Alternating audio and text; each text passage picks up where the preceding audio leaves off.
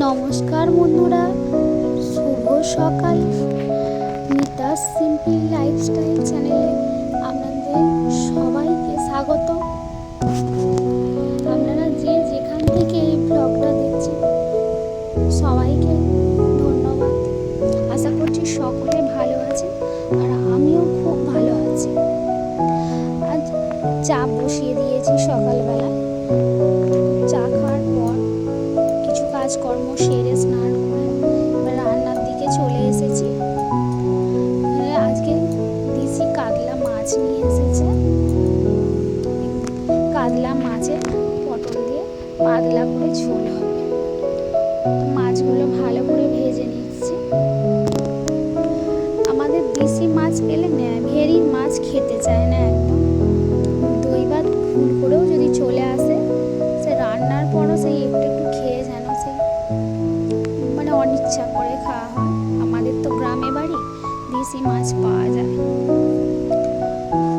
শরবত করছি একটু।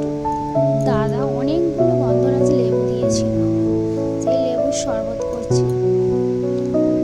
আর এদিকে পটলগুলো ভেজে নিচ্ছি। মাছ ভাজাও তো আগে হয়ে গেছে।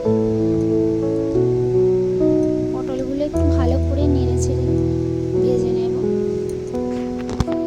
আজকে পাতলা মাছের ঝোলটাই শেয়ার করব।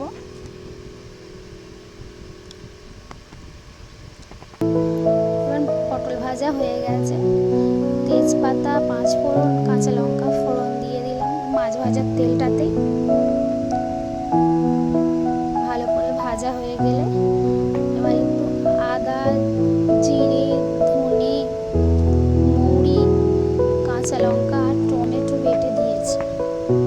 ভালো করে মশলাটা কষবো, অনেকক্ষণ ধরে কষবো। আমি এইরকম মাছের ঝোলে পেঁয়াজ রসুন কিচ্ছু দিই না। আমাদের এইরকমই খেতে পছন্দ করে, হালকা পাতলা অথচ টেস্টি। ভালো করে মশলাটা এবার তেল ছেড়ে দিয়েছে। মশলাটা ভালো করে কষে অনেকক্ষণ ধরে সময় লাগে। কষা হয়ে গেলে এবার একটু জল দিয়ে দিয়েছি, ঝোলটা ঢেলে দিয়েছি। এবার মাছগুলো দিয়ে দেবো। ঝোলটা আগে কুকারে আলুগুলো একটু সিটি দিয়ে দিয়েছিলাম, পটলগুলো ভেজে নিয়েছিলাম। মাছগুলো দিয়ে দিচ্ছি। ছেলে বলেছে একটা ভাজা মাছ খাবে, তাই ওটা পাশে রাখছি, নাহলে কখন ভুলে আবার ঝোলেই দিয়ে দেব।